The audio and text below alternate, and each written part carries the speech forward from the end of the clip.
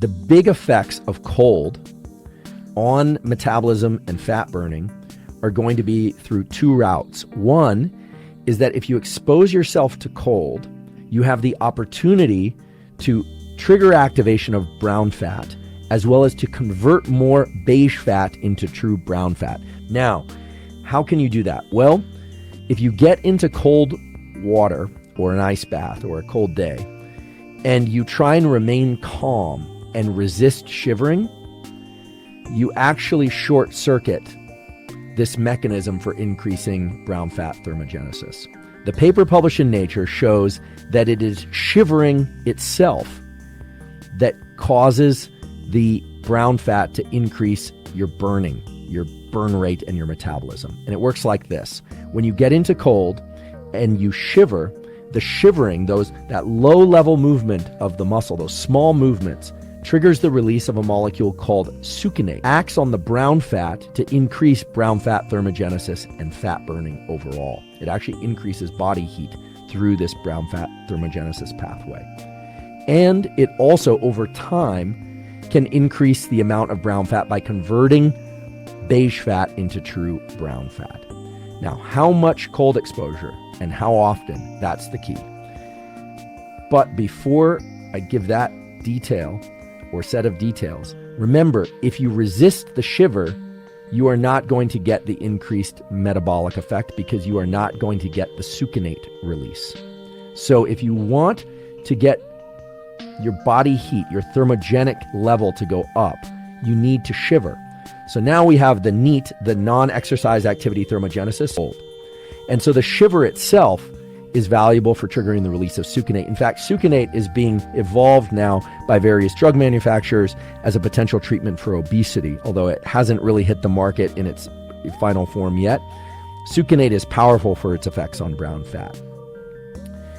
So how many times a week do you need to expose yourself to cold will depend on how much fat you're trying to lose and how much you're trying to increase your metabolism. There are studies that describe positive effects on fat loss of exposing yourself to cold either through cold shower or through ice bath or other cold water. It doesn't have to actually have ice in it, provided it's cold enough, for anywhere between 1 and 5 times per week. But it turns out that just one exposure per week can be valuable. The question then is how long to get into that cold environment, and how cold should that environment be? So first, let's talk about how long to get into that cold environment.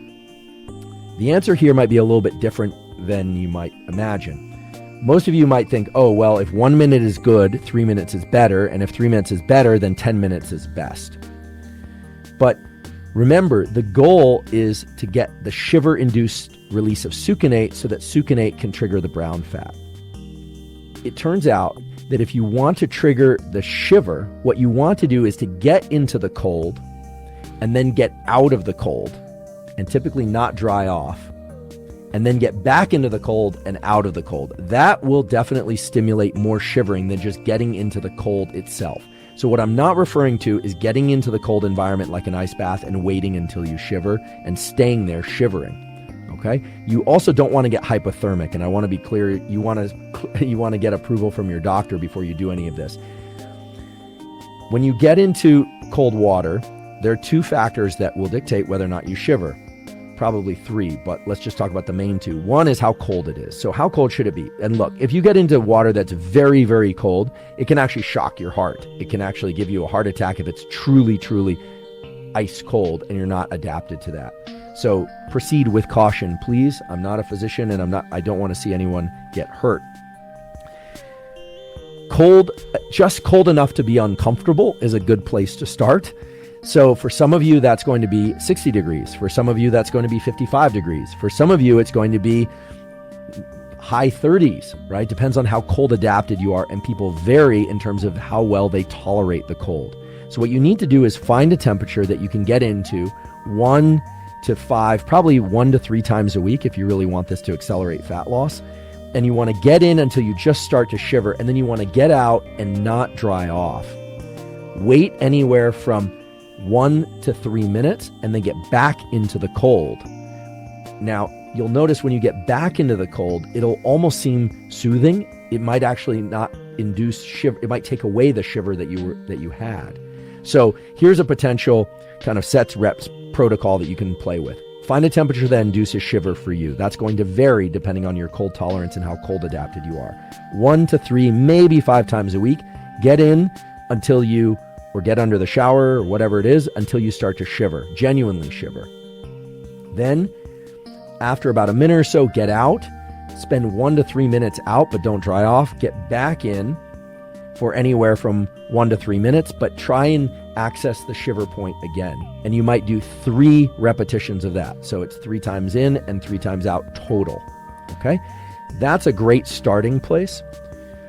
And what you don't want to do is build up your tolerance to cold so fast that pretty soon you're able to resist the shiver, because remember, the shiver is the source of the succinate release that will trigger brown fat thermogenesis.